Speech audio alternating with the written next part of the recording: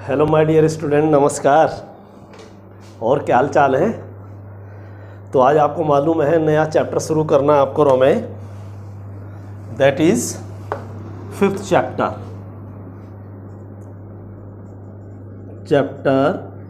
5th।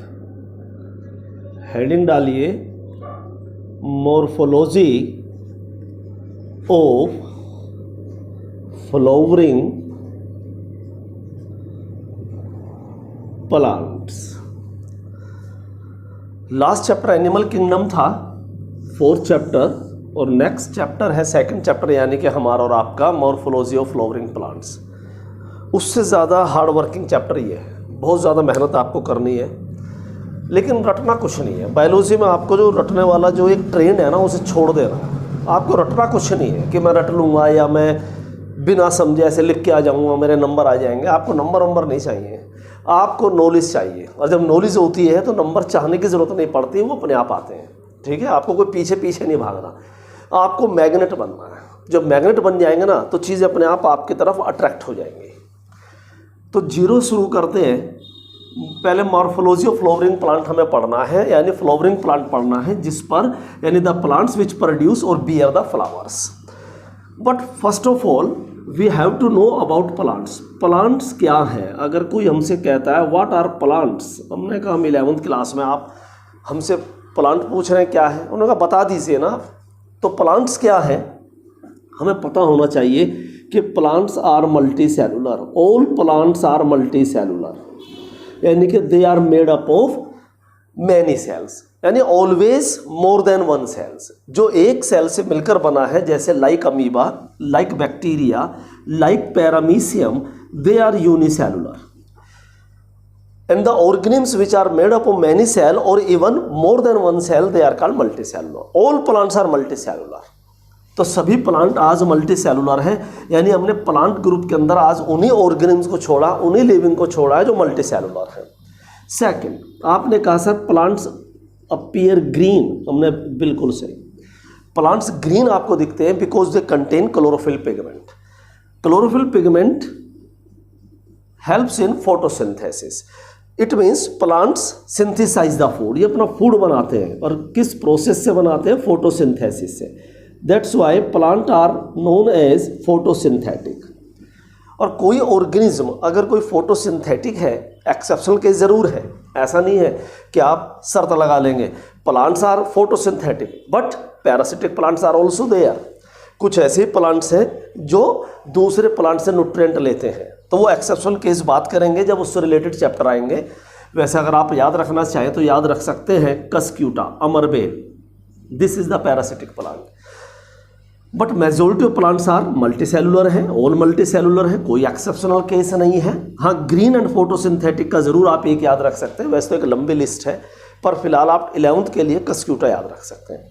और the organisms which photosynthesize their food, जो अपने फूड को सिंथेसाइज कर सकते हैं, they are autotrophic, they are autotrophic. तो plants are autotrophic in nature. Autotrophs are those organism which synthesize their organic food, जो अपना फूड खुद बना लेते हैं, उन्हें हम क्या बोलते हैं? ऑटोट्रोफिक या autotrophs. They are also called autotrophs. The organisms which synthesize their organic food are called autotrophs. The cells आप जानते हैं, you know plants are unicellular and this is the cell. Cell is the basic unit.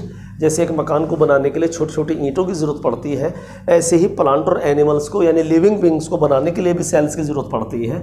अगर कोई plant multi cellular है, it means it possesses many cells. और हर sales के अंदर एक आप जानते हैं एक जर्नल स्ट्रक्चर है, न्यूक्लियस है, सराउंडेड बाय साइटोप्लाज्म है, and this cytoplasm is limited by plasma membrane और cell membrane. In plants, there is a cell wall. Cell wall is a hard and rigid layer present outside the plasma membrane of the cell. तो cell की plasma membrane के बाहर एक hard and rigid layer है that provides protections to the cell. This is called cell wall.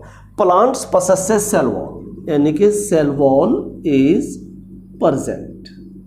तो plants की characteristic है कि इनकी सेल में सेल वॉल है। If this is the cell of animal, it lacks the cell wall. अगर ये किसी एनिमल की सेल है इंक्लूडिंग ह्यूमन, तो there is nothing outside the plasma membrane और cell membrane like the cell wall, but in plant cell wall is present and it is made up of cellulose, और ये cellulose से बनी हुई है। क्योंकि cell wall is not only found in plant, cell wall is also found in bacteria, but वहाँ पर cellulose नहीं है, कोई और मटेरियल है। आपने कहा क्या है, हमने फर्स्ट चैप्टर कहाँ कराया है, जब आएगा तो कराएंगे पेप्टिडोग्लाइकन, लेकिन आप तब तक याद रख सकते हैं, रखिए, हालांकि बुक में नहीं लिखा है, पर जब पढ़ते हैं तो थोड़ा एक दो चीज़ एक्स्ट्रा पढ़नी चाहिए हमें नीट के पॉइंट ऑफ व्यू से। तो कई बार नीट में पूछा जा चुका है bacterial cell wall is made up of तो पेप्टिडोग्लाइकन, लेकिन फिलहाल plant cell wall is made up of cellulose. आप में से किसी बच्चे ने सोचा सर ये सेलुलोज क्या है सर, हमने कहा अगर सेलुलोज अगर आपको सोचना पड़ता है क्या है, इसका मतलब ये है कि आपने 9th और 10th, बाकी क्लास की हम बात नहीं कर रहे, 9th और 10th ईमानदारी से नहीं करी, आपने ऑनेस्टली ने पास नहीं किया, क्योंकि सेलुलोज अच्छे से डिटेल 6th क्लास में ही है, हम तो 9th 10th कह के आपका दिल रख रहे हैं, और आप 11th में कह रहे हैं कि सर सेलुलोज क्या है या सेल वॉल क्या है, तो ये बात थोड़ी मज़ेदार नहीं है, पर जो बीत गया सो बीत गया। अब हमें आगे का सोचना है, फ्यूचर का सोचना है, क्योंकि पास्ट कभी लौट के नहीं आता, फ्यूचर हमने देखा नहीं है, फ्यूचर में क्या होने वाला किसी ने नहीं देखा, तो प्रेजेंट में है तो प्रेजेंट की बात करते हैं, तो प्रेजेंट में आपको आना चाहिए, फ्यूचर में जाके तो आप नहीं सीख सकते, और पास्ट में जाके भी अब दोबारा नहीं सीख सकते, लेकिन अब सीख लीजिए कि सेलुलोज क्या है। सेलुलोज एक काइंड ऑफ कार्बोहाइड्रेट है, कि दिस इज द कार्बोहाइड्रेट, कार्बो मतलब कार्बन, हाइड्रेट्स मतलब आप समझ गए वाटर कंटेनिंग, तो कार्बोहाइड्रेट्स मतलब हाइड्रेट्स ऑफ कार्बन, और कार्बोहाइड्रेट को आपने जब भी सुना है सोर्स ऑफ एनर्जी सुना है कि it provides energy in our body. तो कार्बोहाइड्रेट के बहुत सारे टाइप हैं, जैसे ग्लूकोज भी एक कार्बोहाइड्रेट है, फ्रक्टोज भी एक कार्बोहाइड्रेट है। तो कार्बोहाइड्रेट्स क्या हैं, इसके क्या टाइप है, कैसे एक दूसरे से अलग है, इसके लिए अब आप पीछे अगर भूल गए कोई बात नहीं, चैप्टर 9 में हम सिखाएंगे डिटेल में जाकर, यानी आप नींद में भी समझ जाएंगे कार्बोहाइड्रेट क्या है। लेकिन टॉपिक हमारा अभी सेलुलोज नहीं है, सेल वॉल नहीं, ये हमारी एक्स्ट्रा पॉइंट है जो हम आपको हेडिंग के साथ याद दिला रहे हैं कि हम प्लांट के मॉर्फोलॉजी पढ़ने जा रहे हैं, तो हमें प्लांट के कुछ करैक्टर पता होने चाहिए। खाली ये नहीं कि हाँ जी हम प्लांट की मॉर्फोलॉजी पढ़ने जा रहे हैं, हमें अज्यूम होना चाहिए प्लांट कैसा होता है, प्लांट में क्या क्या होता है। तो प्लांट के बेसिक करैक्टर है जिससे हम पहचान सकते हैं कि plants are multi cellular, plants are green, plants are photosynthetic, plants are autotroph, and the cells of plants possesses cell wall that is made up of cellulose. This is the characteristic of the plants. Morphology means external study, यानी morphology एक biology की ऐसी branch जिसमें हम किसी living को बाहर से पढ़ें, उसके बाहर के स्ट्रक्चर पढ़ें। जैसे आप ह्यूमन में स्टडी करें कि 2 आई है, एक पेयर ऑफ आईज है, एक नोज है, माउथ में लिप्स है, अपर लिप है, लोअर लिप है, ईयर पिन्ना है, ठीक है, एक नेक है, एक ये थोरेक्स है, एब्डोमन है, 2 फोर लिम्स है, 2 हिंड लिम्स है, यानी आप बाहर से स्टडी कर रहे हैं। जैसे आप इस पेन को बाहर से स्टडी कर रहे हैं कि सिलिंड्रिकल बॉडी है, एक कैप है, कैप में एक ये क्लिप लगा हुआ है, रेड कलर है इसका, नीचे का बेस जो इसका वाइट कलर का है, कुछ प्रिंट हुआ है। अंदर क्या है, अंदर से आपको कोई लेना देना नहीं है, अंदर रिफिल है नहीं है, कैसा दिखता है, कुछ मतलब नहीं, आप सिर्फ इसको एक्सटर्नली पढ़ाई कर रहे हैं। तो 2 चैप्टर है, 5th चैप्टर मॉर्फोलॉजी, और एक फिर अंदर की स्टडी वाला नेक्स्ट चैप्टर है जिसका नाम है एनाटॉमी। तो एनाटॉमी या एनाटॉमी थोड़ा सही तरीका नहीं है बोलने का, एनाटॉमी ऑफ फ्लावरिंग प्लांट्स। तो उसमें हम प्लांट के अंदर जाकर देखेंगे, रूट के अंदर भी देखेंगे, स्टम के अंदर भी देखेंगे, लेकिन अभी मॉर्फोलॉजी में हम प्लांट को सिर्फ मॉर्फोलॉजिकली स्टडी करेंगे, यानी एक्सटर्नली स्टडी करेंगे। तो morphology is a branch of biology that deals with morphology is a branch of biology that deals with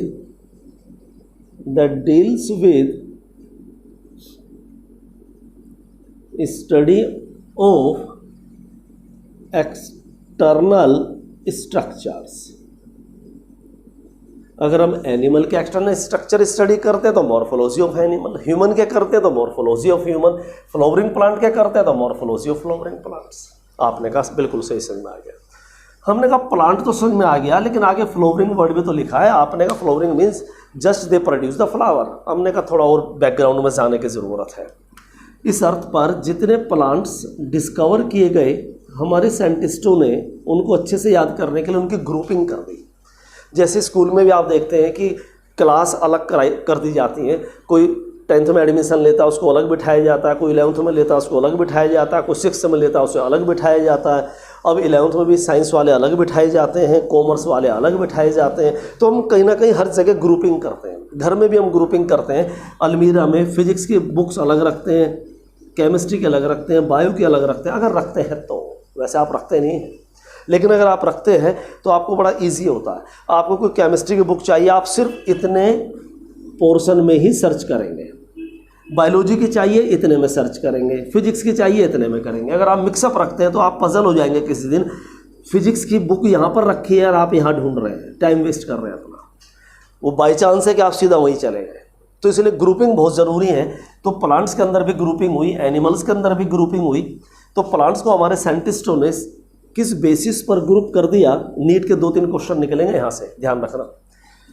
जिन पर सीड है, the plants which produce seed they are called spermatophytes.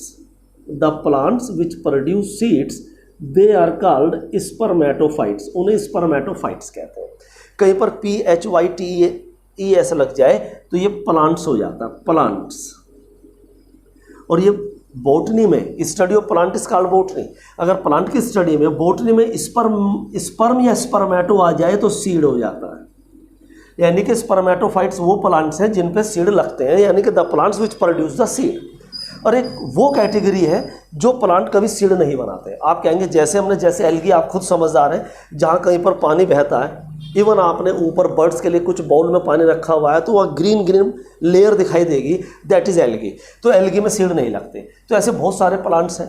The plants which do not produce seeds they are called non spermatophytes. They are called spermatophytes. Spermatophyte मतलब seed bearing, and जो seed produce ना करें they are called non spermatophytes. Do not produce और bear seeds, और ये seed bearing plants हैं। These are seed bearing plants. अब एक टेक्निकल टर्म जो नीट में कई बार पूछा गया है, नॉन स्पर्मेटोफाइट्स को टेक्निकली क्या बोलते हैं? क्रिप्टोगेम्स। अगर कहीं क्रिप्टोगेम्स लिखा है तो समझ लेना नॉन स्पर्मेटोफाइट्स, और समझ लेना these are plants which do not produce और बियर सीड। स्पर्मेटोफाइट्स यानी seed bearing plants are technically called phanerogams. ये कहलाते हैं फेनेरोगेम्स। ये दोनों टर्म अच्छे से याद कर लेना, वेरी वेरी इंपॉर्टेंट। फिर फर्दर इसका क्लासिफिकेशन है, इसके कई टाइप हैं। आपने क्या क्या टाइप है हमने यहाँ लिखते हैं, ध्यान से देखिए।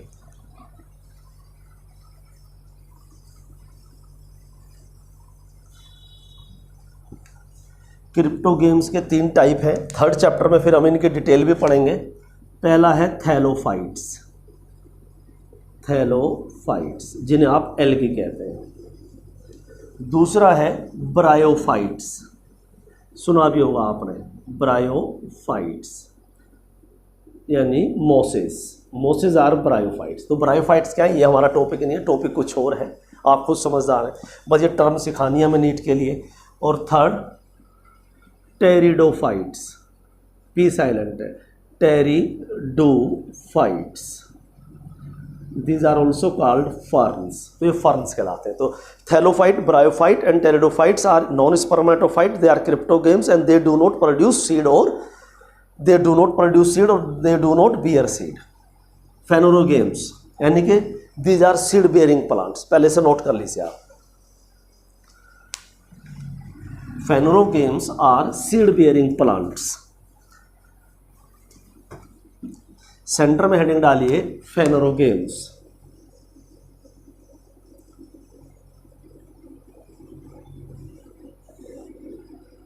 यानी इन पर सीड प्रेजेंट होते हैं, ये सीड प्रोड्यूस करते हैं। लेकिन अब सीड के 2 टाइप हैं। ध्यान सुनिएगा बिल्कुल। एक सीड ये है और एक सीड ये है। ये सीड नेक्ड है, खुला है। खुला मतलब इसके चारों तरफ फ्रूट नहीं है। जबकि आप अपने डेली लाइफ में क्या देखते हैं, आपने पपाया खाया तो अंदर सीड मिले, आपने मैंगो खाया तो अंदर सीड मिले, आपने एप्पल खाया तो अंदर सीड मिले। तो यानी कि आप डेली रूटीन लाइफ में ऐसे एग्जाम्पल देखते हैं where seeds are protected within fruits. तो एक ये सीड है आपके सामने, that is protected by fruits. ये फ्रूट है इसके चारों तरफ, ठीक है, ये फ्रूट है और ये सीड खुला है। यानी कि this is the naked seeds, naked seeds. एक है तो एक ही सीड लिख देते हैं। और this is covered seed, covered seed. This red structure represent the fruit and this black structure represent the seeds, and here no fruit, this is seed। तो फेनोरोगेम्स तो ये भी हो गए। ऐसे प्लांट जो नेक्ड सीड प्रोड्यूस करें वो भी फेनोरोगेम्स हैं, और ऐसे प्लांट्स जो कवर्ड सीड प्रोड्यूस करें, जो फ्रूट में कवर्ड है, वो ऐसे सीड प्रोड्यूस करने वाले प्लांट्स भी फेनोरोगेम्स हैं। यानी कि phanerogams can be grouped into two category. किन दो कैटेगरी में कि एक category of phanerogams that produces the naked seed, such plants are called gymnosperms. ऐसे प्लांट्स को जिम्नोस्पर्म्स कहते हैं जिनके सीड नेक्ड होते हैं, खुले होते हैं, यानी खुले सीड प्रोड्यूस करते हैं। एक सेकंड, पहले इसी में आवाज़ आ रही है ज़्यादा।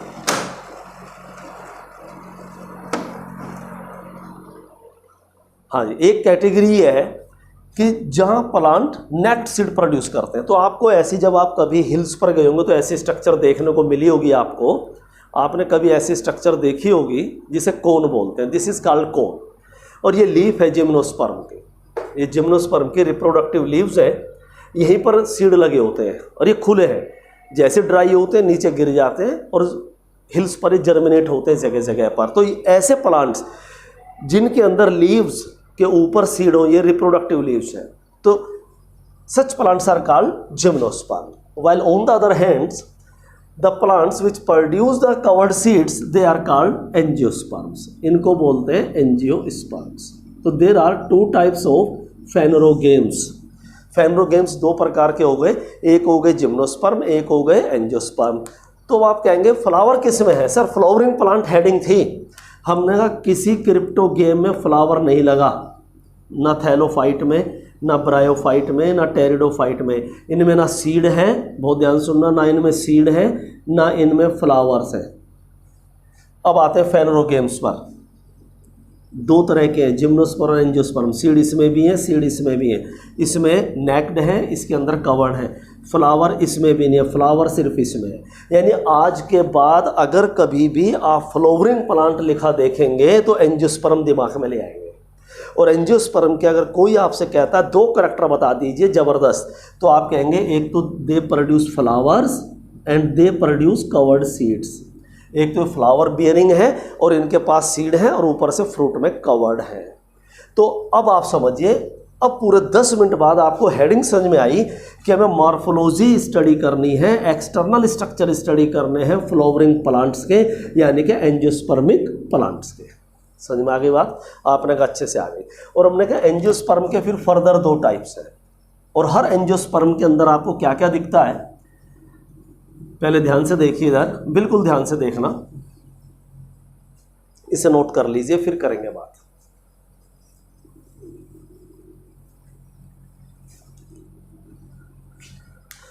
All angiosperms are characterized by the presence of stem, leaves, root, flower, fruit etcetera. ये एक एंजियोस्पर्मिक प्लांट है, ठीक है, ध्यान सुनिएगा। उसके दो पोर्शन होते हैं। किसी भी हम एंजियोस्पर्म की बात करेंगे और किसी की भी नहीं करेंगे। एंजियोस्पर्मिक प्लांट में दो पोर्शन है। एक हिडन पोर्शन है जो जमीन के अंदर है, सोइल के अंदर है, इनसाइड द सोइल है, हमें नहीं दिखाई देता है। हमें जितना भी जमीन से ऊपर दिखाई देता है पोर्शन, उसे आप और हम क्या बोलते हैं?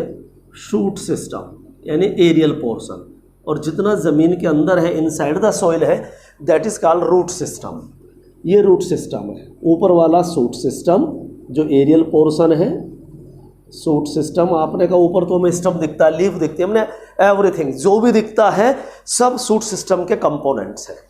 और जो पोर्शन इनसाइड द सॉइल है, this is root system, this is root system. Shoot system is the aerial portion of the plant body and this is underground portion of the plant body। इसके अंदर shoot system में आपको एक तो क्या दिखता है कि मेन स्टम दिखाई देता है, देखते रहिएगा मेन स्टम, और उसके बाद फिर आपको देखो जगह जगह पे हमने लीफ दिखा दी, दीज आर लीव्स, ये लीफ है। तो एक स्टम के ऊपर the stem is divided into node and internodes. जो स्टम है वो नोड और इंटरनोड में डिवाइड है। आपने कहा नोड एंड इंटरनोड क्या है, हमने पहले स्पेलिंग देखी, NODE नोड, एक और लिख देते हैं NODE नोड। ये नोड है। क्या है node? The part of the stem और इट्स ब्रांचेस, चाहे स्टम हो चाहे उसके ब्रांचेस हो। द साइट, साइट मतलब जगह, द साइट ऑन स्टम और its branch from where leaves are produce, जहाँ से लीव प्रोड्यूस होती है उस जगह को आप नोड बोलते हैं। This structure is called node, this structure is called node. तो node is the site on stem और its branch from where leaves are produce, जहाँ से लीफ निकले वो जगह नोड है, जहाँ से फ्लावर निकले वो जगह नोड है, जहाँ से फ्रूट निकले वो जगह नोड है। यानी every structure, every thing in shoot system और plant body that is produced, it is always produced from the node। तो नोड वो जगह है जहाँ से हर चीज़ प्रोड्यूस होती है। अगर ये एक मस्टर्ड का पौधा है, सरसों का पौधा है, तो उसमें फली लगती हैं। आप मम्मी या पापा जी से पूछेगा ज़रूर कि उसमें फली लगती हैं, तो ये फ्रूट है उसका, ये फलियाँ ही फ्रूट है। तो जहाँ से निकली है वो भी नोड है, जहाँ से फ्लावर निकले हैं वो जगह भी नोड है। दिस इज़ फ्लावर, ये जगह भी नोड है। तो एक शूट सिस्टम में आपको क्या दिखता है? आपने कहा हमें फ्लावर भी दिखते हैं सर, हमने ठीक है फ्लावर कि सर हमें पोड़, फली को पोड़ कहते हैं। जैसे मटर की फली आती है ना, आप मम्मी से पूछेगा, आप जानते हैं मटर की फली, तो जिसे मटर निकलते हैं इसे भी पोड़ कहते हैं। और बोटनिकली दिस इज द फ्रूट, ये इसका फ्रूट है। तो पोड़ मतलब फ्रूट। तो जहाँ से प्रोड्यूस हो वो भी क्या है, वो भी नोड है। और दो लगातार नोड के बीच का distance, the distance between two consecutive node is called internode. दो, हम ये नहीं कह रहे internode is the distance between two node, ये आंसर गलत है। दो नोड तो ये भी हैं, दो नोड ये भी हैं, दो नोड ये भी हैं। The distance between two consecutive यानी सक्सेसिव नोड, दो लगातार नोड के बीच का डिस्टेंस क्या है, वो इंटरनोड है। अगर हम यहाँ इंटरनोड लिख देंगे तो ये टेक्निकली गलत है, क्योंकि एक नोड ये रही, दिख गई आपको, एक नोड ये रही। तो इसलिए हमारा ये, अगर यहाँ लिखेंगे इंटरनोड तो गलत है। तो हमें कहाँ लिखना चाहिए? अगर हमें इंटरनोड दिखाना है तो हमें इंटरनोड यहाँ दिखाना पड़ेगा।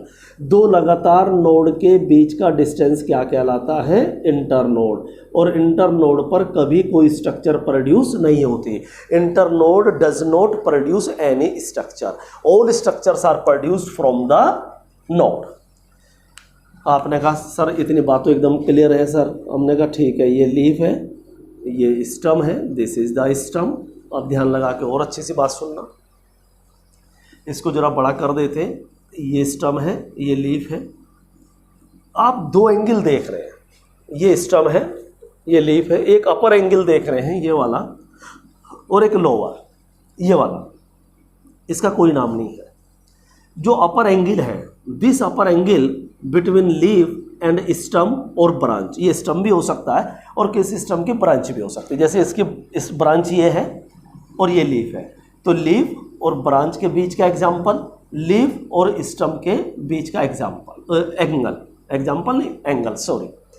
The angle between leaf and stem और its branch is called axil. इसे एक्सिल बोलते हैं। ये जो ऊपर का ये एरिया, ये एक्सिल है, एक्सिल है, एक्सिल है, एक्सिल है।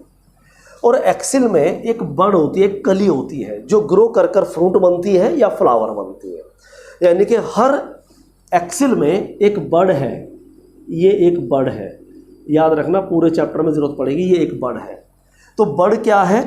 बड मतलब हिंदी में जिसे हम कली कहते हैं, और वो the bud which is present in the axil is called axillary bud. उसे क्या बोलते हैं? Axillary bud. It is also known as lateral bud, lateral bud. और ये किस में जर्मिनेट होती है? या तो ये ब्रांच बनती है और या रिप्रोडक्टिव स्टेज आने पे फ्लावर बन जाती है। ये नीट में आया हुआ क्वेश्चन है, भूल मत जाना। इसका जो फेट है, फेट मतलब होता है भाग्य, डेस्टिनी, वो दो है, या तो एक ब्रांच, या तो एक ब्रांच बनेगी ड्यूरिंग ग्रोथ पीरियड और रिप्रोडक्टिव स्टेज आती है तो ये या फ्लावर बनेगी। तो ये बेशक अभी ज़रूरत नहीं थी, पर नीट हमें देना ही है तो हमें नीट का साथ साथ तैयार करके चलना पड़ेगा। तो axillary bud that is present in the axil of the leaf और that is also known as lateral bud. तो ये सूट सिस्टम है। रूट सिस्टम क्या है? रूट सिस्टम देखो, आप जब सब माहौल सही हो जाए, हेल्दी इन्वायरमेंट हो जाए, तो आप दो काम करना ज़रूर, या आप अब भी कर सकते हो। आप घर में गमले में भी कर सकते हो, बाहर मत जाइए, हम बाहर भेजेंगे ही नहीं आपको। आप घर में एक ही गमले में, एक बड़ा सा गमला हो, उसमें 2-3 सीड डाल दीजिए, 2-3 सीड उसमें चने के डाल दीजिए, ग्राम के, काला चना या सफ़ेद चना जो मर्जी डाल देना, और उसमें 2-3 डाल देना गेहूं के, व्हीट, 2-3 ग्रेन उसके डाल देना, ग्रेन। तकरीबन रोज़ पानी देना। प्लांट को कभी भी आपको दोपहर में पानी नहीं देना चाहिए, हमेशा या तो लेट नाइट देना चाहिए, गर्मियों में, सर्दियों में जब मर्जी दे सकते हैं, या फिर अर्ली इन द मॉर्निंग, क्योंकि दोपहर में इतनी ज़्यादा हीटअप हो जाता है। हम अपने आस पड़ोस में देखते हैं 3 बजे पानी डाल रहे हैं, तो आप जानते हैं क्या हो रहा है? सॉइल इतनी गर्म है और जैसे आप पानी डालते हैं इतनी हीट प्रोड्यूस होती है कि रूट डैमेज हो जाती है। अब उन्होंने बॉटनी नहीं पढ़ी इसलिए थोड़ी सी समस्या है, लेकिन आप तो पढ़ रहे हैं ना, तो कभी भी गर्म मिट्टी में पानी मत डालिएगा, तो वो आप प्लांट का नुकसान कर रहे हैं, आप कुछ फ़ायदा नहीं कर रहे। आप ऐसा कर रहे हैं काम जैसे तपे हुए रेत के ऊपर एक आदमी को नंगे पांव बिठा करके आप कह रहे हैं आप उसके ऊपर पानी डाल रहे हैं, तो आप उसके लिए और समस्या पैदा कर रहे हैं। तो आप एक 2-4 सीड ग्राम के डालना, 2-4 व्हीट के डालना, अर्ली इन द मॉर्निंग या लेट नाइट आप पानी डालें, 2 टाइम डालें, थोड़ा थोड़ा। 15-20 दिन बाद, जब ठीक 15-20 दिन बाद बड़े मिट्टी को पानी डाल देना, अच्छे से भर देना पानी, और जब मिट्टी सॉफ्ट हो जाए तो उनका रूट डिग आउट करना, यानी खोद के निकाल लेना, रूट निकालनी है। तो आपको 2 तरह के रूट दिखेंगे। ग्राम के अंदर कैसे दिखेंगी? ऐसे देखो, ऐसे एक बीच में मेन रूट होगी और कुछ ब्रांच होंगी। जो मेन रूट है उसका डायमीटर ज़्यादा है, जो उसकी ब्रांच है उनका डायमीटर कम है। एक इनमें तो ऐसे दिखेंगे। जो गेहूँ देखेंगे आप, व्हीट, उसके अंदर आपको ना ऐसा गुच्छा दिखेगा, बिल्कुल धागे जैसे रूट दिखेंगी। सबका डायमीटर 1 होगा, नंबर 1। यहाँ डायमीटर अलग अलग है, यहाँ सबका डायमीटर 1 होगा। सारे रूट धागे जैसे, यानी कि बायोलॉजी में फाइबर जैसी होंगी। इसको फाइबरस रूट सिस्टम बोलते हैं और इसको टेप रूट बोलते हैं। टेप रूट सिस्टम मतलब कुछ एंजियोस्पर्म में टेप रूट सिस्टम मिलता है, लेकिन आज जाने से पहले सब कुछ दिमाग में सेट होगा आपके कि फाइबरस क्यों बना, कैसे बना, लेकिन अभी हमें यहाँ कुछ लेबलिंग करनी है। टेप रूट सिस्टम में एंजियोस्पर्म में पाई जाती है, फाइबरस रूट सिस्टम भी एंजियोस्पर्म में पाया जाता है। And angiosperms are those plants which produce flower and protected seeds. तो टेप रूट्स के अंदर एक मेन रूट है और साथ में उसकी ब्रांचेस हैं। जो इस मेन रूट पे निकली है वो सेकेंडरी ब्रांच है, और जो सेकेंडरी पे निकल गई वो टर्सरी ब्रांच है। तो this is called tap root system. हम यहाँ पर टेप रूट सिस्टम दिखाएंगे। आप कहेंगे क्यों सर फाइबरस नहीं दिखा सकते? हमने अभी आपको, क्योंकि पूरी बात नहीं पता इसलिए आप ऐसे क्वेश्चन पूछ रहे हैं। आधे घंटे बाद आप खुद कहेंगे मैं भी यहाँ टेप रूट सिस्टम ही बनाता।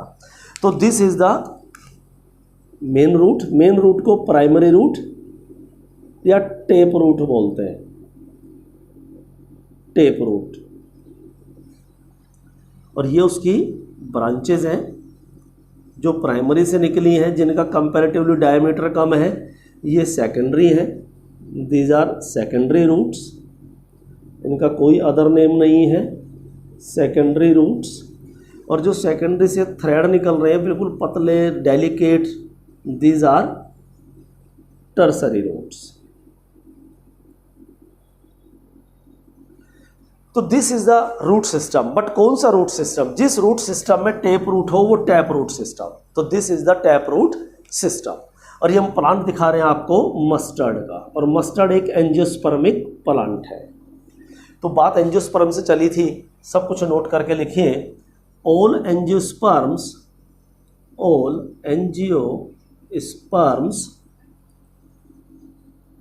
Are characterized by the presence of leaves। Leave का प्लूरल लीव्स है, एक को लीव, एक से ज्यादा को leaves. Stem, roots, flowers and fruits. Note करिए सब कुछ।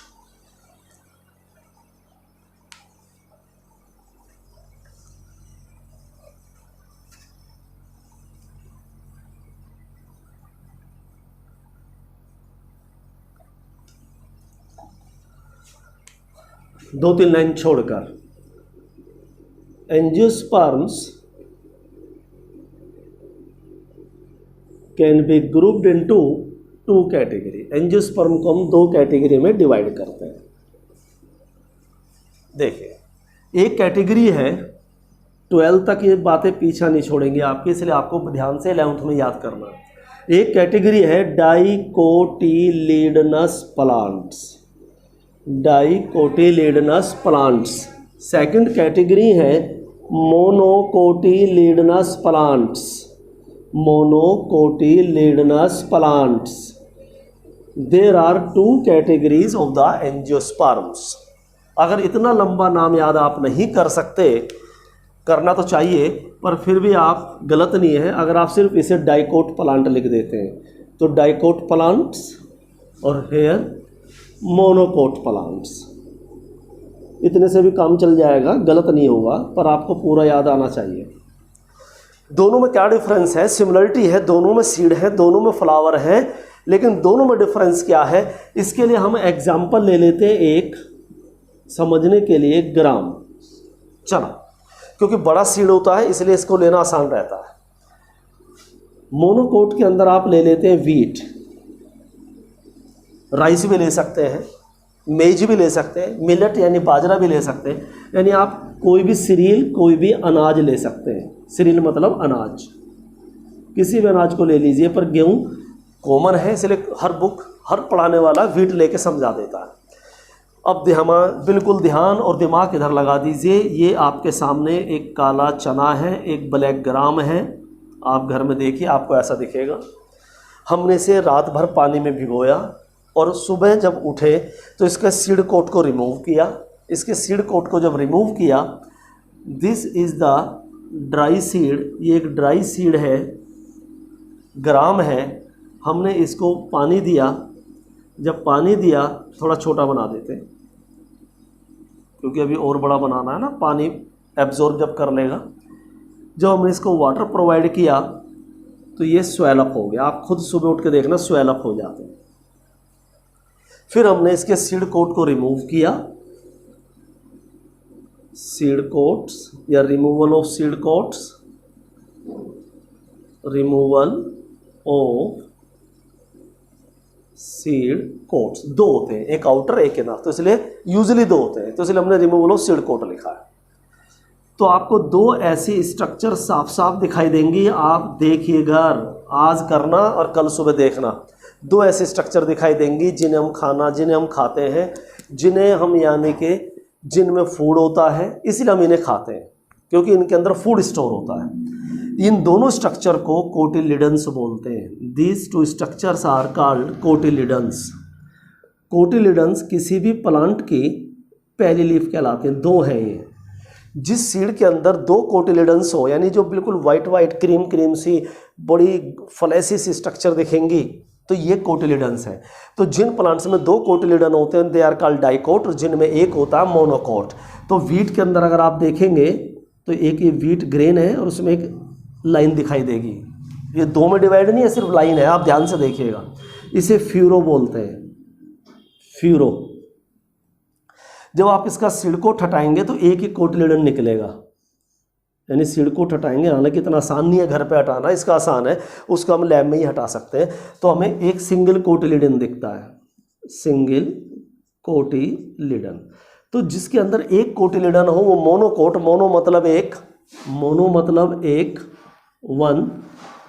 जिसमें दो कोटिलीडन हो, डाइकोटिलीडन, तो डाई मतलब टू, तो वो कहलाए डाइकोटिलीडनस प्लांट्स। तो आप कहेंगे तो बड़ा सा आंसर था। एंजियोस्पर्मिक दो तरह के प्लांट्स हैं, एक डाइकोटिलीडनस प्लांट है, एक मोनोकोटिलीडनस प्लांट है। हमने, हाँ जी, अब थोड़ा और डिटेल में चलते हैं। Very very important 11th and 12th। जब आप इन दोनों कोटिलीडन को सेपरेट कर रहे होंगे ऐसे, तो आप देखना बीच में आपको एक छोटी सी एक्सिस दिखेगी, इतनी सी ऐसे दिखेगी। हम इसको थोड़ा सा एनलार्ज करके बना रहे हैं। ये आपको एक एक्सिस दिखाई देगी ऐसे, ये एक बिल्कुल ही एक्सिस जो बीच में दिखाई दे रही है आपको, आप देखेगा ज़रूर। आज सीड भिगोएं, एक भिगो दें, एक या दो, और फिर ज़रूर देखना कि इन दोनों कोटिलीडन के बीच में एक एक्सिस है, इसे एम्ब्रियोनल एक्सिस बोलते हैं। यही एम्ब्रियो है, यही एम्ब्रियो है, और यही एम्ब्रियोनल एक्सिस है। This is embryonal axis. इसी से नया पौधा बनता है। जब आप एक सीड जर्मिनेट करते हैं ना, जब एक सीड जर्मिनेट करते हैं तो नया प्लांट, शूट सिस्टम और रूट सिस्टम इसी से बनता है, इस एम्ब्रियो से। अब आप इस एम्ब्रियोनल एक्सिस पर एक वो जगह देख रहे हैं, ठीक है, रेड कलर से दिखा रहे हैं, कि जहाँ पर ये कोटिलीडन अटैच है, यानी कि एक वो जगह है जहाँ से ये कोटिलीडन अटैच है। ये क्योंकि कोटिलीडन एम्ब्रियो के साथ है, इसलिए इन्हें एम्ब्रियोनिक लीव कहते हैं। तो कोटिलीडन से अगर कोई पूछता है क्या है, तो आप कहना दीज आर एम्ब्रियोनिक लीव्स। दूसरा, प्लांट की फर्स्ट लीफ ही है। लीफ का फंक्शन क्या है? फोटोसिंथेसिस करना, फूड बनाना। ऐसी इनके अंदर भी फूड है, ठीक है। तो ये पहली लीव्स कहलाते हैं, फर्स्ट लीव। तो जब ये स्टम बन जाएगा तो नई लीफ आएंगी, और जो भी आएगी वो सेकंड होगी, ये फर्स्ट लीव्स कहलाती हैं। तो these are the first leaves.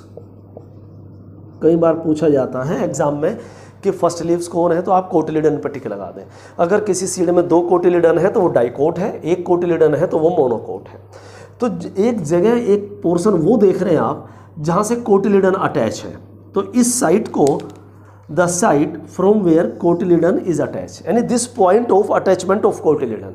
अभी पिछले डायग्राम में क्या देखा था कि जहाँ पर लीफ अटैच होती है उसे नोड कहते हैं। तो ये भी तो लीफ है, तो जहाँ लीफ है वो नोड है, लेकिन कोटिलीडन है यहाँ पर, तो इसलिए इस साइट को बोलते हैं कोटिलीडनरी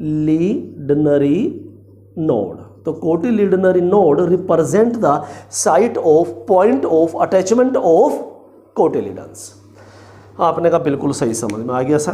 तो हमने कहा आपको एक टिप ये दिखाई दे रही है, देखो टिप, इतनी टिप, इस टिप की बात कर रहे हैं। एक लोअर टिप है, एक अपर टिप है। ये अपर टिप ग्रो कर करके स्टम बना देती है, स्टम, और स्टम पर फिर लीव्स, ब्रांचेस निकल जाती हैं। इसको बोलते हैं, इस टिप को बोलते हैं, इस अपेक्स को बोलते हैं प्लीम्यूल। तो प्लीम्यूल किसे बनाता है? शूट सिस्टम को बनाता है। यानी प्लीम्यूल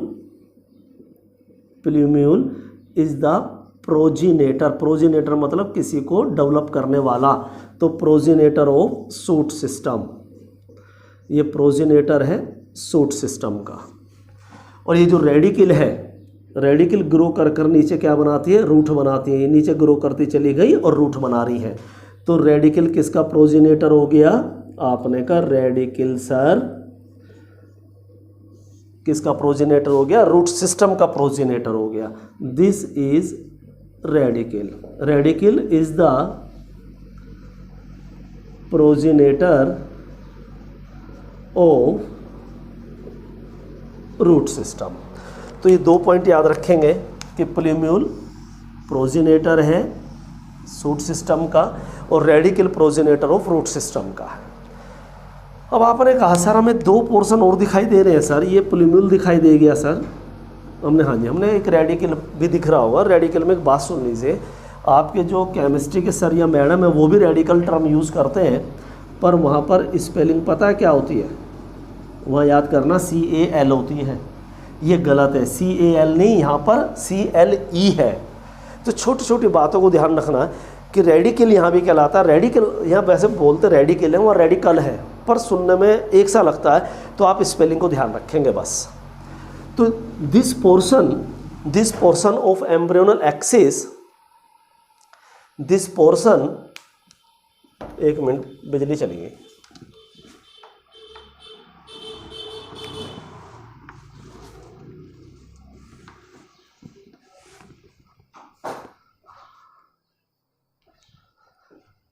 This portion of embryonal axis just above the cotyledonary node, cotyledonary node से ऊपर का जो पोर्शन है ये वाला प्लेम्यूल और कोटिलिडनरी नोड के बीच का, this is called epicotyl.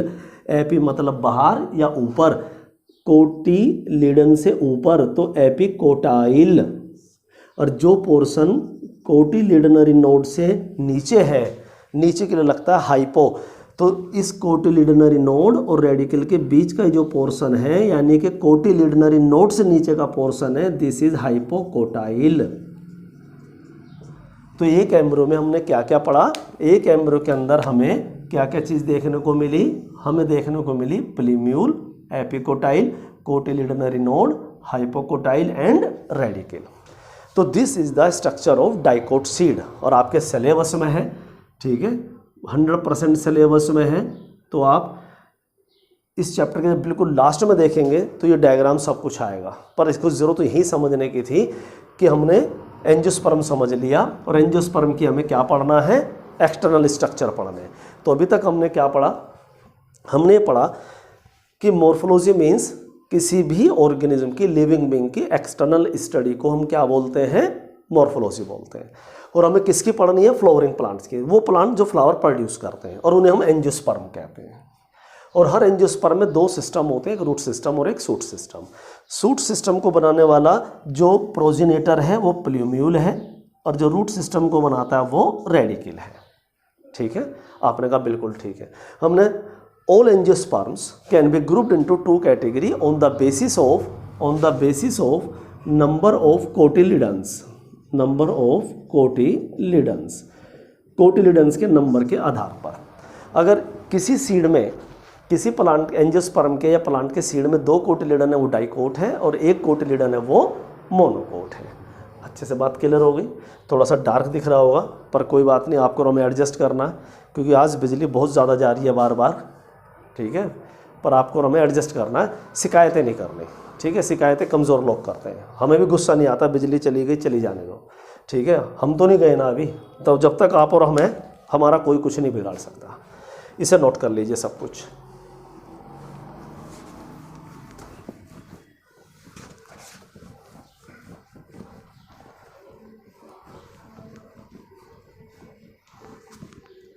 Heading डालिए बड़ी बड़ी, root system.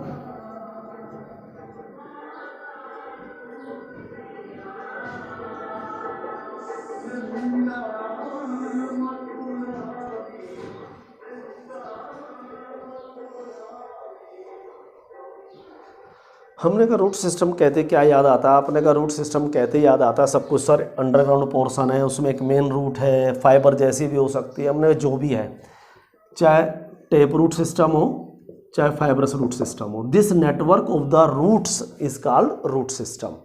What do mean by root system? Root system ऐसे लिख लेते हैं सिंपल भाषा में, the network of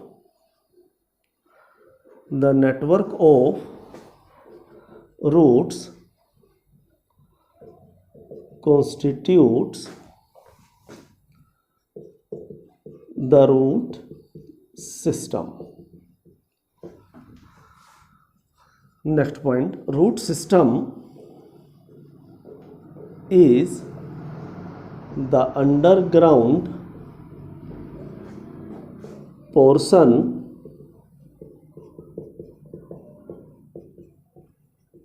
of the plant body। किससे फॉर्म होता है? रेडिकल से। लेकिन हमने कहा पहले फंक्शंस की बात करते हैं, पहले फंक्शंस की बात करते हैं, ध्यान सुनना। और कौन से फंक्शन?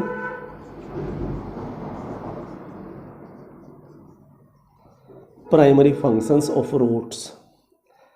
दो तरह के फंक्शन होते हैं किसी भी चीज़ के, चाहे रूट के, चाहे स्टम के, चाहे लीव्स के, एक प्राइमरी और एक सेकेंडरी। सेकेंडरी को ही मॉडिफिकेशंस बोलते हैं। जैसे ध्यान सुनना, जैसे कोई टीचर है, इसका मेन काम है टीचिंग करना। इसका जो अर्निंग करने का जो तरीका है, जो मेथड है, वो है टीच करना। टीच करके ये अपने लिए रोटी कमाता है, ठीक है, ये इसका प्राइमरी फंक्शन है। लेकिन ये पार्ट टाइम इवनिंग में या कभी भी किसी दुकान पर भी 2 घंटे बैठता है, तो वो दुकान पर बैठकर दुकानदारी करना, वो इसका सेकेंडरी फंक्शन हो गया। प्राइमरी मतलब मेन। स्टूडेंट का मेन फंक्शन क्या है?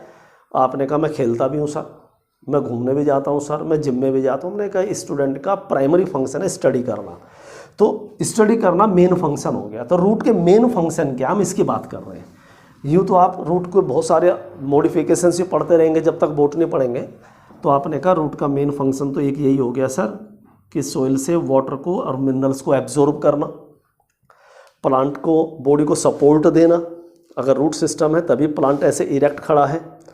और हमने तीसरा नहीं पता सर, 2 ही पता थे, absorption of water and minerals, and third to provide mechanical support to the plant body. हमने पहले जो आपको पता थे वो लिख लेते हैं। नंबर 1, एब्जॉर्प्शन ऑफ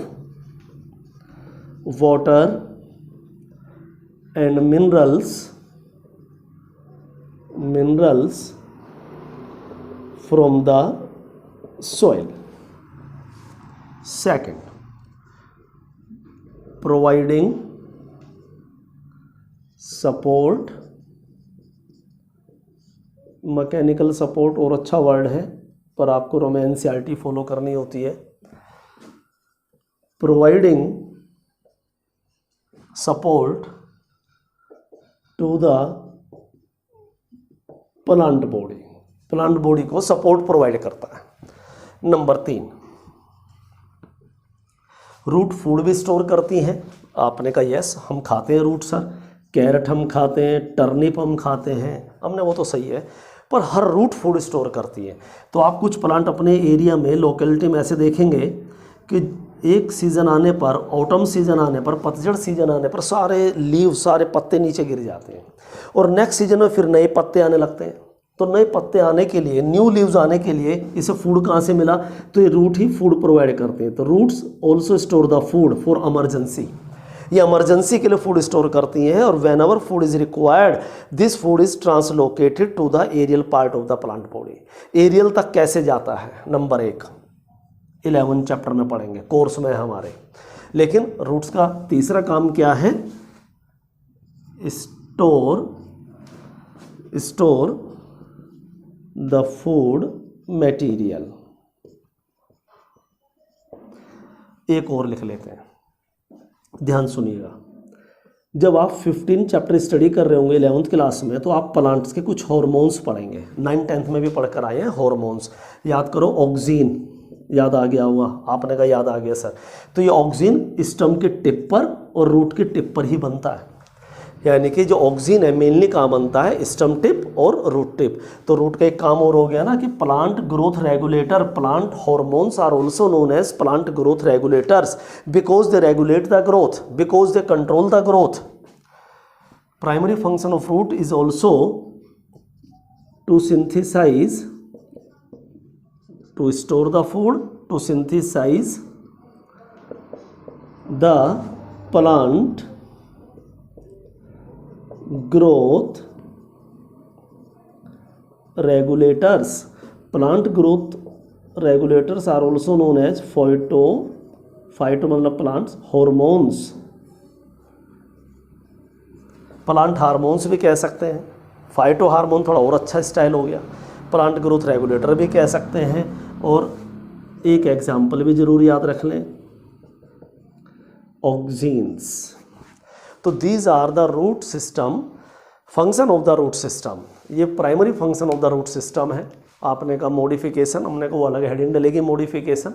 अब हेडिंग डालते हैं type of root system, types of root system. Types of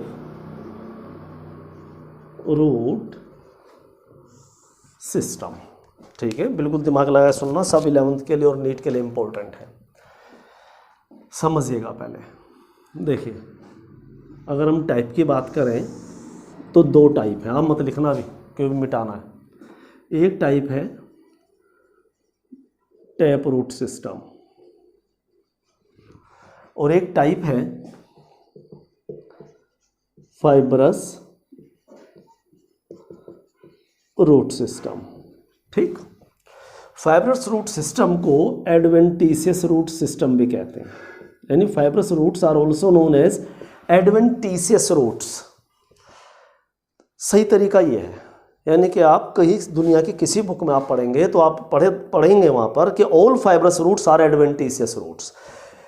हमारी एनसीईआरटी ने इसे अलग तीसरा टाइप बना दिया है, यानी तीसरा टाइप बना दिया। उन्होंने कहा 3 सिस्टम हो गए रूट के, एक टाइप हो गया टेप रूट, एक हो गया फाइब्रस, एक हो गया एडवेंटिशियस, जो गलत है। हमें ही पता हम गलत पढ़ा रहे हैं, पर हमें एनसीईआरटी को फॉलो करना है, बस इतनी सी बात है। लेकिन हमने आपको इसके लिए जानकारी दे दी, कल आपको कोई बेवकूफ़ ना बना सके। तो 2 ही सिस्टम है, लेकिन according to NCERT there are 3 systems. पहला system tap root system, second fibrous root system, third is adventitious root system, और रूट्स एक ही बात है। तो एडवेंटिशियस रूट्स और रूट सिस्टम, फाइब्रस रूट्स या रूट सिस्टम, टैप रूट या रूट सिस्टम। पहले इसके एग्जाम्पल लिख लेते हैं। टैप रूट सिस्टम का एग्जाम्पल है डाइकोटिलिडनस प्लांट। तो अब आप समझ गए हमें क्यों समझाना ज़रूरी था डाइकोट और मोनोकोट, क्योंकि यहाँ बार बार यूज़ होंगे। अब आपको पता ही ना होता कि डाइकोट क्या है तो आप कैसे काम करते हैं। तो dicotyledonous plants, dicotyledonous plants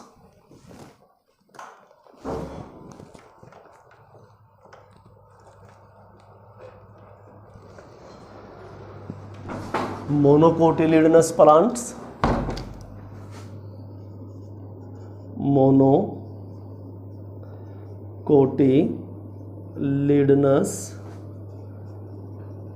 plants, और इसके एग्जाम्पल लिख लीजिए ग्रास। ठीक है, ग्रास, डाइको, पहले यहाँ का इसका पूरा कर लेते हैं। ग्रास, जितने भी अनाज हैं सब ग्रास में आते हैं। इसके अलावा बैनियन ट्री पहचानते हो आप, बरगद का पेड़। आपने कहा जी बड़ का पेड़ समझते हैं, इसे हिंदी में बरगद भी बोलते हैं और बड़ भी बोलते हैं। तो आप मम्मी से पूछना, भी कुछ दिन पहले एक त्यौहार आया था हिंदू धर्म के अनुसार, बड़ मावस, तो बड़ के पेड़ की पूजा करते हैं। तो उसी बड़ के पेड़ की बात कर रहे हैं जिससे आप टहनी लाए होंगे। एक है मोन्स्टेरा, मोन्स्टेरा, बस नाम जस्ट एग्जाम बुक में आपके है, लेकिन मोन्स्टेरा आपको आना चाहिए। इसे स्विस चीज़ प्लांट भी बोलते हैं, स्विस चीज़ प्लांट। और आप जानते हैं स्विस चीज़, आपने चीज़ स्विस वाली खाई है? आपने कहा बिल्कुल देखी है, सुनी है कि उसके अंदर ना बड़े बड़े होल होते हैं सर।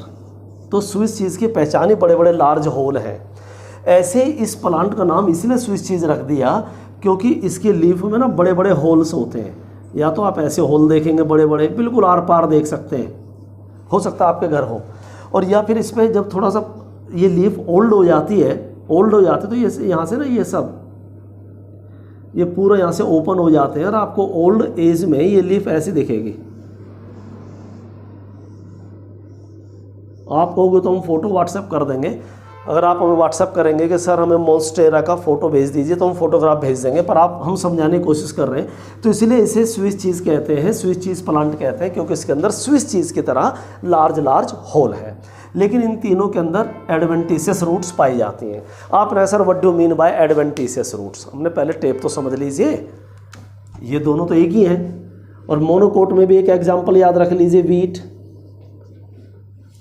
इसके अंदर अभी मस्टर्ड बनाया था हमने, और आपने अब सोच के बताइए, हमने कही थी अपने आप समझ में आ जाएगा।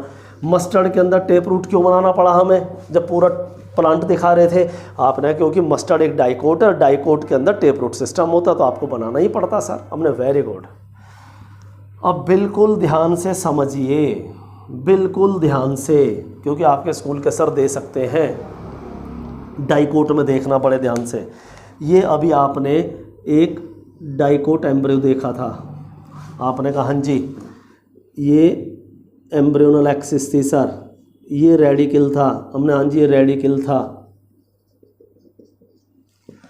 हमने radicle, in case of dicot radicle grows down, ये रेडिकल ग्रो करता है और ग्रो करते करते this radicle becomes tap root, ये प्राइमरी रूट बन जाती है।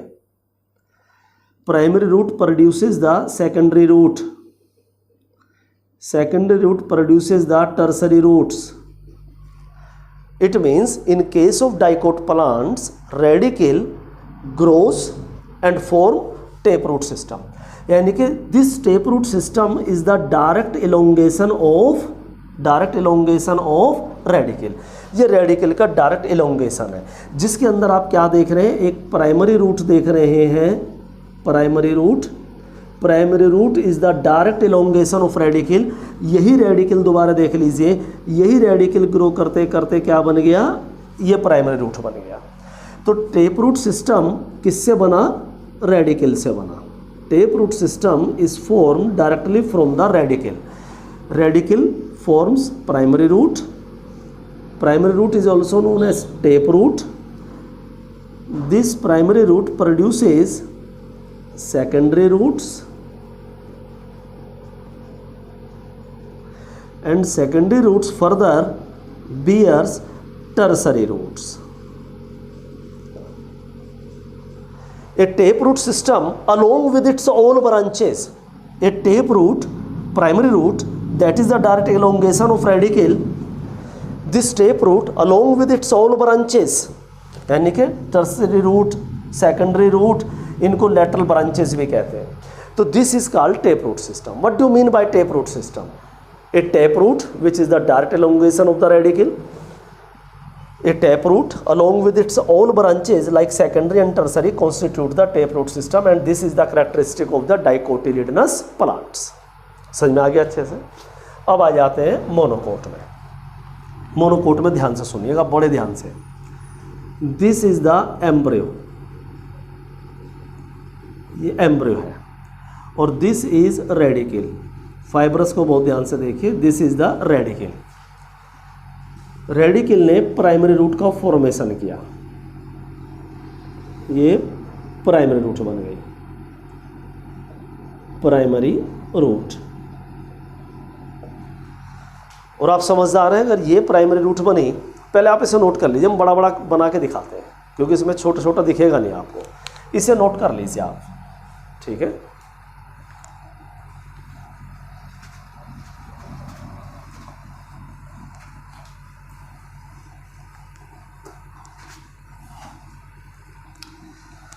देखिए फाइब्रस के अंदर आ जाइए, दिस इज द एम्ब्रियो, ठीक है, ये एम्ब्रियो है।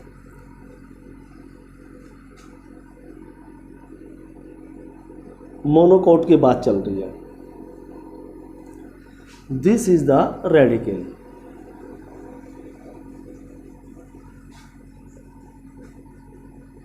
इधर प्लूम्यूल ग्रो करके स्टम बनाएगा, दिस इज द स्टम, और इधर ये रेडिकल क्या बनाएगा, प्राइमरी रूट, प्राइमरी रूट, और प्राइमरी रूट से क्या प्रोड्यूस होंगी, सेकेंडरी। लेकिन हम पढ़ रहे हैं फाइब्रस रूट सिस्टम, उसमें टेप रूट सिस्टम में तो ये सेकेंडरी बनाएगा और सेकेंडरी टर्सरी बनाएगा, टेप रूट सिस्टम बन जाएगा। But in case of monocots primary root is short lived, ये थोड़ी टाइम बाद ही इसकी डेथ हो जाती है, यानी कि थोड़े समय बाद इसकी हो जाती है death. This is the stem, और ये ड्राई अप हो गया, रूट सिस्टम खत्म।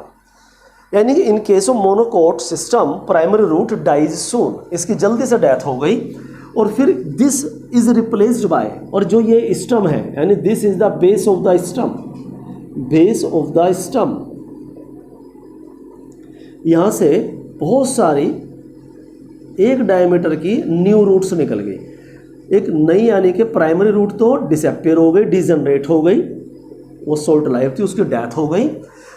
और बेस ऑफ द स्टम से बहुत सारी सेम डायमीटर की रूट्स प्रोड्यूस हो गई, यानी कि all roots are of same diameter और धागे जैसी है। धागे जैसे को बायोलॉजी में थ्रेड बोलते हैं, याद रखना। अंग्रेजी में थ्रेड और बायोलॉजी में फाइबर बोलते हैं। जहाँ कहीं पे फाइबर लिखा मिल जाए ना तो थ्रेड समझ लेना, धागा। तो इसलिए this is called root system. कौन सा root system? Fibrous root system. तो फाइबरस रूट सिस्टम क्या है, समझ में आया? आपने कहा जी बिल्कुल समझ में आया। फाइबरस रूट सिस्टम मोनोकोट्स में प्रेजेंट होता है, मोनोकोट्स में डेवलप होता है सर, क्योंकि उसके अंदर रेडिकल से जो प्राइमरी रूट बनती है वो शॉर्ट लाइव्ड होती है sir, and it is replaced by fibrous root system. हमने सोच बिल्कुल समझ में आ गया और आपने एकदम सही याद किया। एडवेंटिशियस सुनिए ज़रा, एडवेंटिशियस रूट किसे कहते हैं? जो भी रूट आप क्या देख रहे हैं कि रूट्स रेडिकल से निकलती है, टेप रूट बनते हैं। The roots which are produced from any part of the plant body, जो भी रूट प्लांट बॉडी के किसी भी पार्ट से बनती हैं एक्सेप्ट रेडिकल, रेडिकल को छोड़कर अगर कहीं से भी रूट डेवलप होती हैं उन रूट को एडवेंटिशियस रूट्स कहते हैं। सब कुछ हटा दीजिए दिमाग से, सिर्फ एडवेंटिशियस दिखना चाहिए आपको। महाभारत के अर्जुन की तरह सिर्फ एडवेंटिशियस और रेडिकल दिखना चाहिए। किसी भी प्लांट में अगर रूट रेडिकल को छोड़ करके कहीं से भी डेवलप होती है उसे एडवेंटिशियस रूट्स कहते हैं। जैसे बरगद का पेड़, मम्मी जी से पूछ लेना, बैनियन ट्री के अंदर ये तो मेन रूट हो गई नीचे। तो जैसे से प्लांट की ग्रोथ ज़्यादा होती है तो एक्स्ट्रा सपोर्ट के लिए ऊपर से रूट नीचे लटकने लगती हैं, हैंग होने लगती हैं। यानी कि इस बरगद के पेड़ में आप अपनी आँखों से क्या देखेंगे कि कुछ रूट एरियल पार्ट से ऊपर से स्टम से निकलती हुई आ रही हैं और ज़मीन को टच होकर के पिलर की तरह सपोर्ट दे रही हैं। तो अब बताइए ये रूट रेडिकल से बनी? आपने कहा रेडिकल से जो बनी होंगी वो नीचे टेप रूट सिस्टम होगा सर, क्योंकि डाइकोट है। तो हमने कहा ये रूट बताइए ये टेप रूट है कि फाइबरस है? उन्होंने कहा सर ना टेप रूट है ना ये फाइबरस है। टेप रूट रेडिकल से निकलती है और फाइबरस एक डायमीटर की होती है। इनका तो ये तो बहुत मोटी मोटी हो जाती है। हमने कहा ये रेडिकल से निकली नहीं है ना? आपने कहा नहीं रेडिकल से नहीं निकली सर। हमने कहाँ से निकली? आपने कहा स्टम और स्टम की ब्रांचेस से प्रोड्यूस हुई। तो the roots which are produced from any part of the plant body except radical, this is called adventitious root. ऐसी रूट को एडवेंटिशियस रूट्स कहते हैं। अब बताइए एडवेंटिशियस और फाइबरस एक ही बात नहीं है? क्या ये फाइबरस रूट रेडिकल से बनी है? क्योंकि जो रेडिकल से बनी थी वो तो डैमेज हो गई। ये कहाँ से निकली? From the base of the stem से, और this is not the radicle. तो क्या ये फाइबरस रूट अपने आप में एडवेंटिशियस नेचर की नहीं है? आपने कहा 100% है सर, पर एनसीईआरटी ने इसे अलग लिख दिया है जो एक थोड़ा सा गलत है। नीट के पॉइंट ऑफ व्यू से याद रखना ऑल फाइबरस रूट, आप एग्जाम में इतना ही लिख के आएंगे, लेकिन आप अलग से लिख लीजिए कि all fibrous roots are adventitious roots. हम नहीं लिखेंगे आप भी मत लिख के आना एग्जाम में, क्योंकि आपका क्रॉस हो जाएगा। मैंने वहाँ पढ़ा, मैंने उससे पढ़ा, सब पे पानी फिर जाएगा आपके, क्योंकि मैं पता है स्कूलों का तरीका क्या है। जो एनसीईआरटी में लिखा है बस वही लिखा है, चाहे वहाँ गलत मिस प्रिंट है। एनसीईआरटी में भी हर साल एडिशन आते हैं, पर टीचर एडिशन आने से पहले इस साल ये बुक है, इसमें कोई मिस प्रिंट है, एडिशन अगले साल आएगा। इस साल टीचर बड़े कॉन्फिडेंस से कह रहे होंगे नहीं यही ठीक है। पता नहीं क्यों अपना पढ़ा हुआ भूल जाते हैं और बच्चों को वो ऐसे दिमागी टेंशन देते हैं। हर साल हमें देखना पड़ता है कि हमारा ये गलत कर दिया, हमारा वो गलत कर दिया। तो गलत करने से पहले हमें 1000 बार पढ़ लेना चाहिए। तो सही बात यह है कि all fibrous roots are adventitious roots because these are also produced from any part of the plant body, it means they are not produced from the radical. ये स्टम के बेस से प्रोड्यूस हो रही है, that's why these are also adventitious in nature. तो fibrous के नीचे बना लीजिए, बिल्कुल जो जो साफ साफ दिख रहा है फाइबरस के नीचे बनाइए, और एडवेंटिशियस के नीचे ये लाइन लिखिए। जो यहाँ एडवेंटिशियस आपने एक टेबल बनाई हुई है उसके नीचे ये लाइन लिख लीजिए, द रूट्स विच अराइज, यानी पैदा होती हैं, the roots which arise from parts of plant body other than radicle are called adventitious roots। उन्हें क्या बोलते हैं? Adventitious roots. एडवेंटिशियस रूट्स किस में देखने को मिलती हैं? हमें बैनियन ट्री में देखने को मिलती हैं। एग्जाम्पल ऑलरेडी आप लिख चुके हैं। बैनियन ट्री में देखने को मिलती है, आपको ये मोन्स्टेरा में देखने को मिलती है, और आपको ये जितने भी अनाज है, ग्रासेज है, सब में देखने को मिलती हैं। तो जल्दी से नोट कर लीजिए।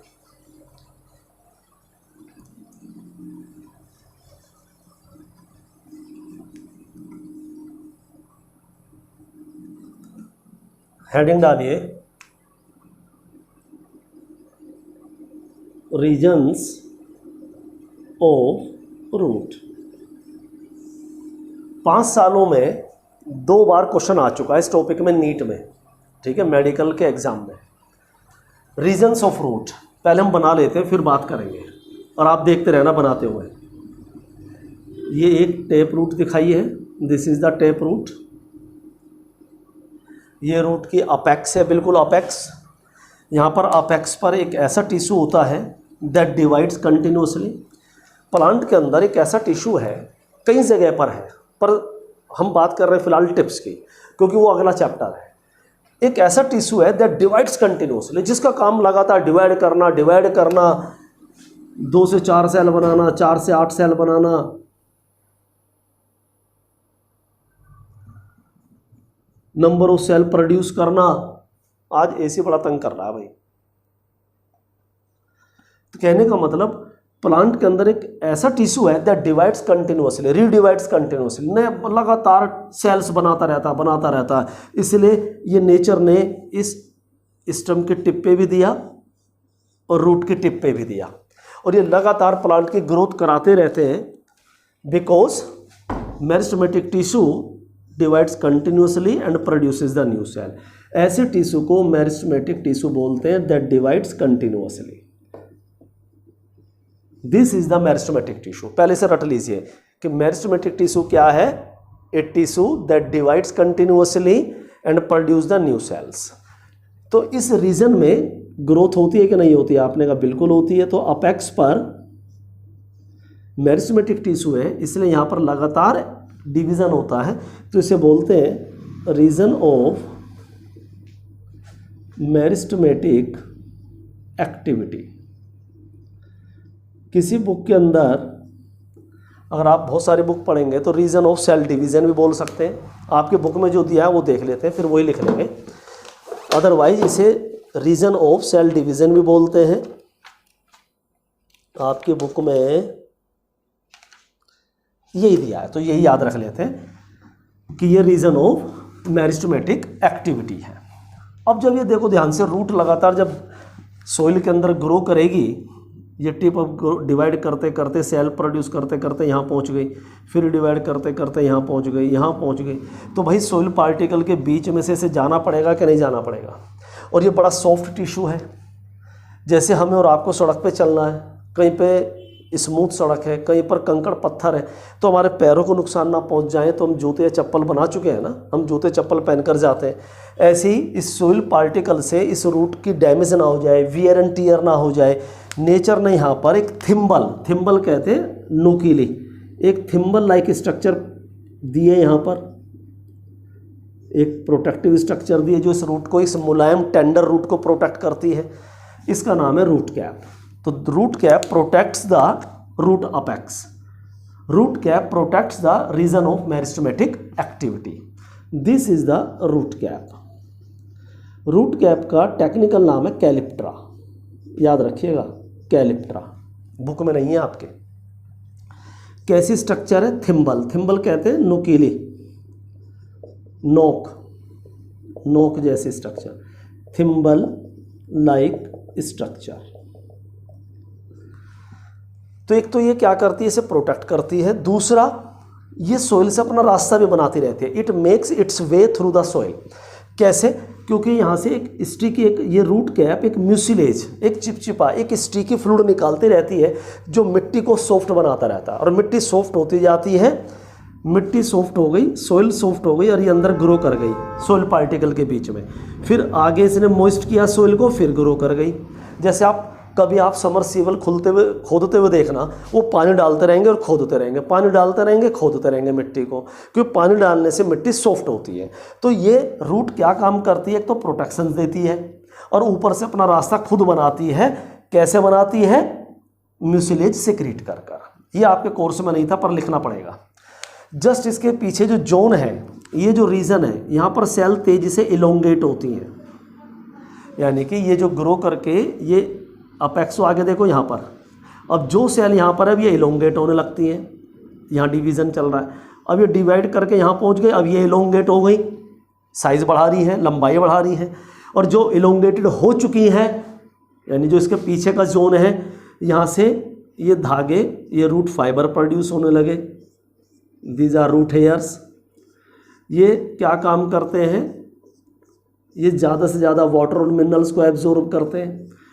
हम अपने कपड़े मान लीजिए अपने आप धोते हैं और भगवान ने हमें 2 हाथ दिए और हमारे पास 10 कपड़े हैं और 2 हाथ दिए, तो हम एक बार में 2 ही धो सकते हैं।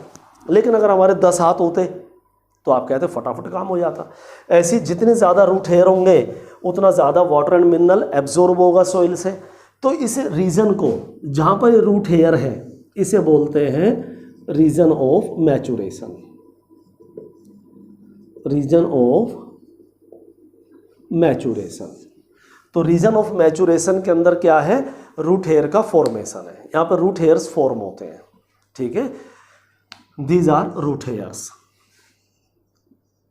Root hairs. और ये zone that is present beyond the, एक बार तो नीट में यही क्वेश्चन था, what is the location of zone of elongation या रीजन ऑफ इलोंगेशन, कि इलोंगेशन वाला रीजन कहाँ है? तो just region of meristematic activity के पीछे है। This is the region of elongation. It is present beyond the region of meristematic activity, meristematic activity, पहला पॉइंट। दूसरा पॉइंट याद रखना, it is responsible, it is responsible for growth of root in length। तो root की length बढ़ाने का काम इसी जोन का है, क्योंकि यहाँ पर सेल इलोंगेट होती रहती हैं। तो this region of elongation where cell undergo enlargement, जहाँ पर सेल लंबी होती हैं, चौड़ी होती हैं, अपनी ग्रोथ करती हैं। It is present, this region is present beyond, मतलब के पर है, के पीछे, beyond the region of meristematic activities and this यानी it responsible for growth of root in length. तो there are 3 regions in a root. Number 1, region of meristematic activities. This is present at the apex of the root. Apex of the root is protected by the root cap. It is a thimble-like structure. Just beyond the meristematic activity region के पीछे है region of elongation और just उसके पीछे है region of maturation where root hairs are present. Root cap की 2 बातें लिख लीजिए। Root cap protects the tender, tender कहते हैं सॉफ्ट को, मुलायम को, tender root apex, tender root apex. दूसरा point, root cap makes its way through the soil, तो रूट कैप सॉइल के थ्रू अपना रास्ता बनाती है, ठीक है। रूट हेयर को ध्यान से सुन लीजिए, कोर्स में नहीं है कोई बात नहीं, पर हमें तो सारी बातें करनी है। ठीक है, एक तो रूट का पहले फंक्शन से लिख लेते हैं, रूट हेयर्स का, very very important. Root hairs increase the surface area, ये एरिया बढ़ा देती हैं, ऐसे समझ लेते हैं। जैसे समझ लीजिए फिंगर नहीं है, सिर्फ ये हथेली है, पाम है, और यहाँ से वाटर एब्जॉर्ब करना है, तो आप कहेंगे यहाँ से इतना एरिया है सर और यहाँ से वाटर एब्जॉर्ब हुआ, अब ना ठीक है। अगर इसी एरिया से हमें ज़्यादा वाटर मिनरल एब्जॉर्ब करना है तो हमारे हाथ ने ये फिंगर लाइक स्ट्रक्चर बना ली। अब ये जो फिंगर लाइक स्ट्रक्चर बनी, ये बनी है देखो फिंगर, तो जितना यहाँ से पहले एब्जॉर्ब हो रहा था, जब ये फिंगर नहीं थी इतना एरिया था, उतना एब्जॉर्प्शन तो इससे हो रहा है, तो क्या अब इससे ज़्यादा नहीं होगा? तो फिंगर के आने से एक तो ज़्यादा वाटर मिनरल एब्जॉर्ब होगा और यहाँ से भी होगा। ये समझाने का तरीका है कि इस एपिडर्मिस ने, इस एरिया ने ये फिंगर लाइक स्ट्रक्चर निकाली तो ज़्यादा से ज़्यादा वाटर मिनरल एब्जॉर्ब हो सकते हैं। जैसे ये हाथ एक बार में 10 रसगुल्ले उठा सकता है, अगर बॉडी से 10 हाथ निकले होते तो 100 रसगुल्ले उठ जाते। तो root hairs increase the surface area of roots for absorption of water and minerals. लेकिन मिनरल हमेशा पानी में डिजोल्व होकर के आते हैं, वाटर एब्जॉर्ब होगा तो मिनरल से एब्जॉर्ब होंगे, इसलिए मिनरल से पहले हमेशा डिजोल्व लगा दिया करो। हालांकि बुक ने नहीं यूज़ किया पर आप लगा दिया करो। And dissolve minerals from the soil, ये रूट हेयर का फंक्शन है। अच्छे से याद रखना कि रूट हेयर क्या करते हैं। नीट में एक बार क्वेश्चन ये भी था कि रूट हेयर किस रीजन में पाए जाते हैं, ये हमने नहीं लिखा क्योंकि हमें आपको दिखा दिया है। तो root hairs are found in region of maturation, book ने नहीं लिखा पर इसका एक नाम और है रीजन ऑफ डिफरेंशिएशन, पर वो जब आएगा लिख लेंगे। पर there are 3 region. Root hair किस जोन में है, किस रीजन में है, रीजन ऑफ मैचुरेशन में। अब ध्यान से सुनिए, हमने ये पोर्शन बाहर निकाल लिया, देखो ये रूट है। हमारी पूरी बॉडी पर हर जगह स्किन है, आप कहीं पर भी टच करें, यहाँ करें, वहाँ करें, यहाँ करें, हर जगह स्किन है। ऐसी प्लांट बॉडी के ऊपर जैसे हमारी पूरी बॉडी पर एक स्किन चढ़ी हुई है, एक स्किन प्रेजेंट है, ऐसी प्लांट बॉडी के ऊपर एपिडर्मिस प्रेजेंट है। एपिडर्मिस, जैसे ये प्लांट है, अगर हम इसके स्टम को हाथ लगा रहे हैं तो एपिडर्मिस को हाथ लगा रहे हैं, जैसे हम अपने हाथ लगा रहे हैं तो स्किन को हाथ लगा रहे हैं। तो ऐसी पूरी प्लांट बॉडी पर एपिडर्मिस है और हमारी स्किन भी सेल से बनी है, ऐसे ही ये रूट की एपिडर्मिस भी सेल से बनी है। तो this is the root epidermis, this is the root epidermis. Epidermis मतलब स्किन, याद रखना। तो ये रूट हेयर वास्तव में कहाँ से आ रहे हैं? some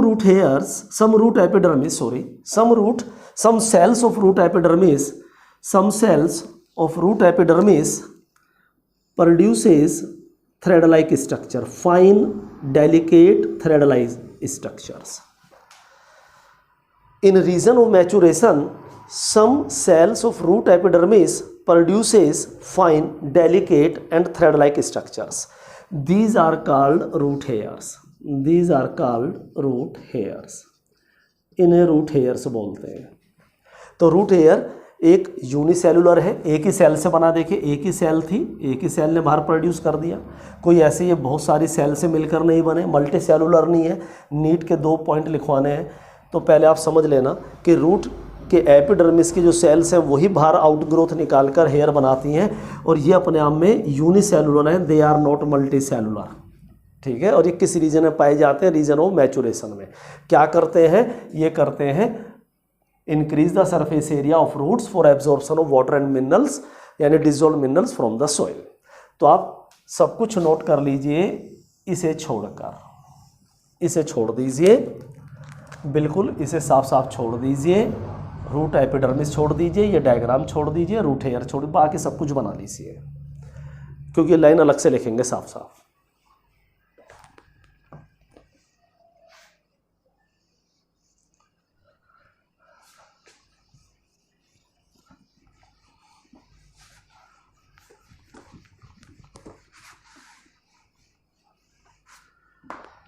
पहले ये बना लीजिए, अब ये नए जगह पर बना लीजिए, साफ साफ बना लीजिए, ये लेबलिंग कर लीजिए, साफ साफ हम भी कर देते। अब बनाइए साफ साफ ये, this is the root epidermis. रूट की एपिडर्मिस पर ये थ्रेड लाइक स्ट्रक्चर है, इसकी वजह से, यानी due to presence of root hair, root epidermis is also known as piliferous layer. Piliferous layer. NEET में कई बार क्वेश्चन पूछा गया है कि कौन सी एपिडर्मिस पीलीफेरस कहलाती है, या where piliferous layer is found. तो piliferous layer is found in roots because root epidermis bears और प्रोड्यूसेस द रूट हेयर्स। बना करके 2 लाइन छोड़ के लिखें, some cells of root epidermis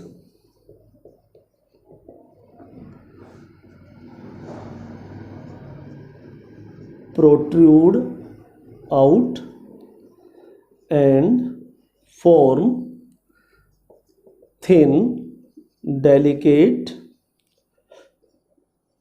and thread-like structure। protrude कहते हैं बाहर आ जाने को, protrude out मतलब बाहर निकल जाना। thread-like structures called root hairs. 2 line छोड़कर, root hairs are unicellular. Root hair कैसे होते हैं? यूनिसेलुलर। वेरी वेरी इंपॉर्टेंट, इस पॉइंट को नोट करिए, रूट हेयर्स आर यूनिसेलुलर। ठीक है, सब कुछ नोट कर लीजिए और सब कुछ याद कर लीजिए।